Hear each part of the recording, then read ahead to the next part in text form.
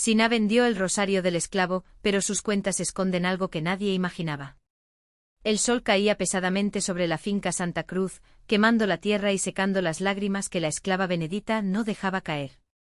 Ese día, la señora, con su vestido estampado de guepardo y el abanico color marfil siempre a mano, decidió que el rosario de pedrería negra que Benedita llevaba al cuello desde que llegó a Brasil no combinaba con el nuevo orden de la casa.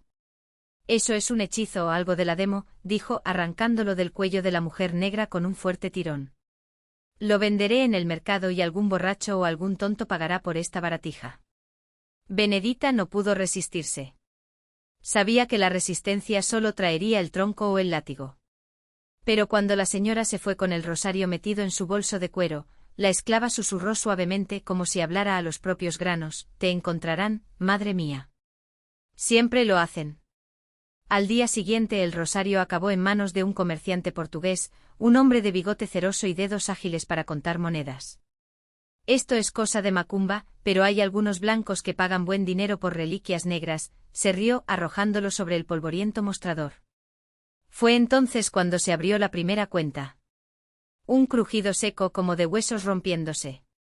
En su interior no había polvo ni tierra, como cabría esperar de un objeto tan antiguo. Había un papel enrollado con cuidado, escrito con una letra que no era la de Benedita, ni la de ninguna mano que alguna vez hubiera empuñado una azada. El comerciante lo desdobló con dedos temblorosos y leyó: «Aquí yace lo que queda de Ana Joaquina, asesinada en 1792 por no inclinar la cabeza. Su sangre está en estas cuentas». Su grito también. El hombre dejó caer el papel como si se quemara. Pero antes de que pudiera reaccionar, la segunda cuenta hizo clic. De allí cayó un diente humano, amarillo y afilado, con una grieta en el esmalte. «Ese era de mi hijo», le susurró una voz al oído, aunque no había nadie allí. Lo arrancaron para que no volviera a morder. El comerciante salió corriendo a la calle y el rosario cayó al suelo del almacén. Los esclavos que pasaban se detuvieron, miraron, reconocieron. Nadie lo tocó. Ellos lo sabían.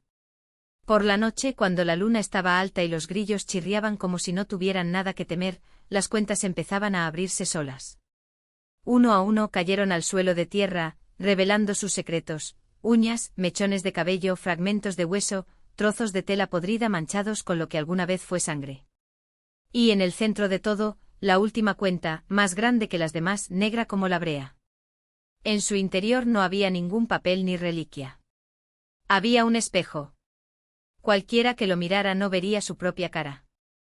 Vería un alojamiento de esclavos en llamas, cuerpos colgados de los árboles y el mar devorándose barcos de esclavos. Vería por fin los ojos de Benedita, ya no bajos, sino fijos, encendidos por una furia que ni siquiera la muerte había apagado. A la mañana siguiente el rosario ya no estaba. La señora, al enterarse de lo sucedido, se rió y dijo que era algo borracho o un negro mentiroso. Pero esa noche, mientras dormía, soñó con una mano oscura que sostenía su cuello, y cuando despertó, su propio rosario dorado, el que había heredado de su abuela, estaba partido por la mitad y las cuentas esparcidas por el suelo como los dientes de una calavera. Nadie supo nunca dónde acabó el rosario de Benedita. Pero dicen que en las noches de luna llena, cuando el viento aúlla entre los árboles de la finca abandonada, todavía se oye tintinear las cuentas, como si alguien las contara, una a una, en una oración que nunca termina. La otrora próspera granja comenzó a marchitarse como las hojas bajo el sol del mediodía. Los esclavos, incluso los más resignados, pasaban por las dependencias de esclavos con los ojos muy abiertos, susurrando que la madre del agua había regresado. Los animales se enfermaron sin motivo, las cosechas se pudrieron antes de tiempo, y la señora, antes tan orgullosa, ahora amaneció con sabor a tierra en la boca, como si alguien le hubiera escupido en la garganta mientras dormía. Una noche el capataz Antonio, un hombre de manos gruesas y corazón aún más grueso, vio una sombra moverse entre los cañaverales. No era el viento, era una mujer, o lo que quedaba de ella, sus pies descalzos hundiéndose en la tierra húmeda sin dejar huella. Al acercarse, la figura volvió el rostro y Antonio reconoció los ojos de Benedita, brillando como brasas en la oscuridad. Al día siguiente el hombre fue encontrado acurrucado junto al molino, con los dedos arrancados y la boca llena de tierra, como si hubiera intentado cavar su propia tumba con las uñas. La señora mandó llamar al cura del pueblo más cercano. Un hombre gordo y sudoroso que había llegado montado en una mula renuente. Rociaba agua bendita por las habitaciones, rezaba salmos con voz temblorosa, pero cuando pasaba por la antigua residencia de esclavos de Benedita, el crucifijo que llevaba sobre el pecho se calentaba tanto que le quemaba la piel. El sacerdote salió corriendo con la sotana hecha jirones, jurando no volver a poner un pie en ese lugar maldito. Los últimos esclavos fueron vendidos apresuradamente a precios ridículos a granjas lejanas. La señora, ahora con solo 2 viejos sirvientes y un esclavo anciano que se negaba a irse, comenzó a cerrar las puertas con llave al caer la noche. Pero las cerraduras no sirvieron de nada. Todas las mañanas encontraba huellas de pies descalzos en el polvo del pasillo, marcando el camino hacia su habitación. Una vez lo despertó el olor a sangre podrida y vio colgado de un gancho en la pared, un trozo de tela sucia, la misma con la que Benedita había envuelto su rosario. La víspera del Día de los Difuntos, la anciana esclava, que todavía murmuraba oraciones en kimbundu, dijo a su señora que ya era demasiado tarde para escapar.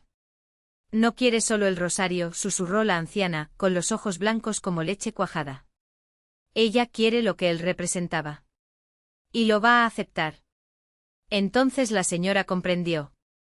No era venganza por un objeto robado, era por la vida robada, por la fe pisoteada, por el nombre que le habían quitado junto con su libertad.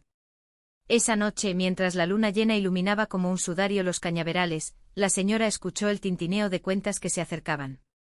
Primero lejano, luego muy cercano, como si alguien te lo dijera al oído.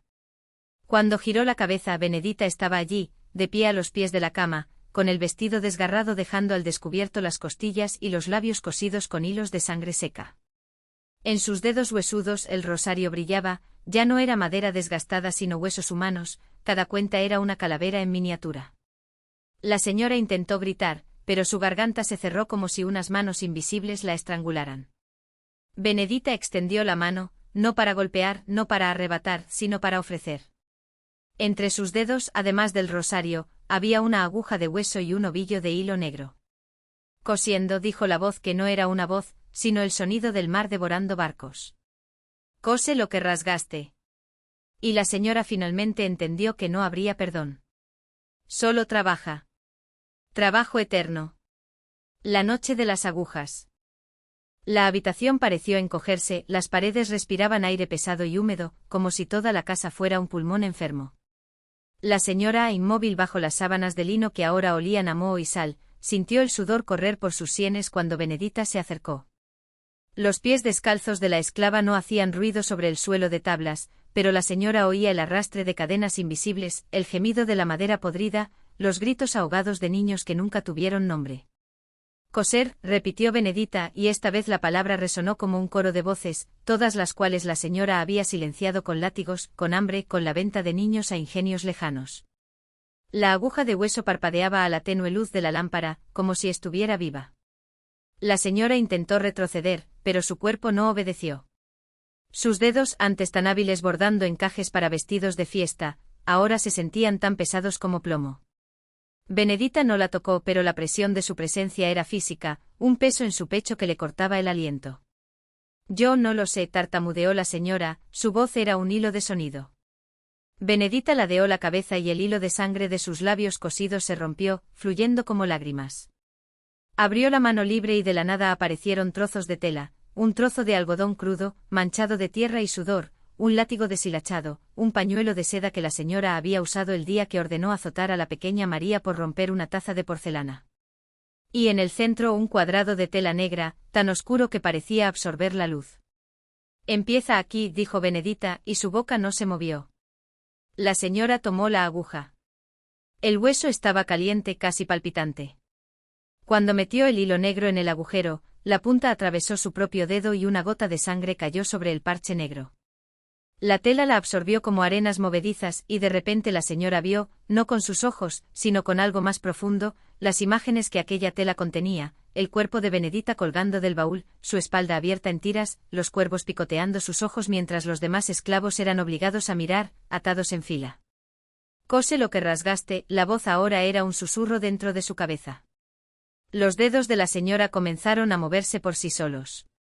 La aguja entraba y salía de la tela con una precisión cruel, como guiada por manos que no eran las suyas.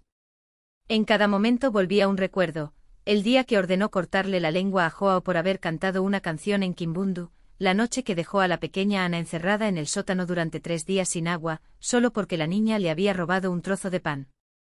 En cada momento el dolor de aquellos cuerpos volvía a ser real, y la señora lo sentía como si fuera suyo, el fuego del látigo, el sabor de la sangre en la boca, la desesperación de ser enterrada viva en la tumba poco profunda. La habitación se llenó de sombras que iban tomando forma. Primero fueron siluetas, luego rostros, todos los que habían muerto bajo sus órdenes, todos los que ella había destrozado. No gritaron, no lloraron. Se limitaban a mirar con ojos que brillaban como brasas en la oscuridad. Algunos lo seguían con las manos extendidas, ofreciendo más restos, un trozo de cuerda, un diente roto, un hueso de niño. No es suficiente, murmuró Benedita, cuando la señora intentó detenerse, con los dedos sangrando. Y entonces la señora comprendió, no se trataba solo de ella. No se trataba solo de su culpa. Se trataba de todas las damas, todos los señores, todas las manos que habían empuñado látigos y firmado documentos de propiedad. La aguja no se detendría con ella. La línea negra era infinita. El rosario de huesos empezó a tintinear, como si las cuentas rieran. Benedita se arrodilló junto a la cama y su vestido desgarrado cayó hecho jirones, dejando al descubierto no solo las costillas, sino algo mucho peor, debajo de la piel, no había músculos ni órganos, solo una oscuridad que se movía, como un enjambre de avispas atrapadas en una colmena. Serás la primera, dijo Benedita. Pero no el último. La señora intentó gritar cuando la aguja atravesó su propia piel, cosiéndole la boca como le habían cosido a Benedita. El hilo negro entraba y salía de sus labios, sellándolos para siempre. Sus manos, ahora tan ágiles como siempre, continuaron trabajando, uniendo parches de dolor, tejiendo un sudario que no era para ella, sino para todos los que vendrían después. Cuando salió el sol, la cama estaba vacía. Sobre las sábanas, solo un tercio de los huesos y una aguja para huesos, brillando débilmente como si esperara la siguiente mano que necesitaría coser lo que se había roto. Y en algún lugar, en el viento que sacudía las palmeras, se podía oír el sonido de una línea que se tiraba, interminable, eterna.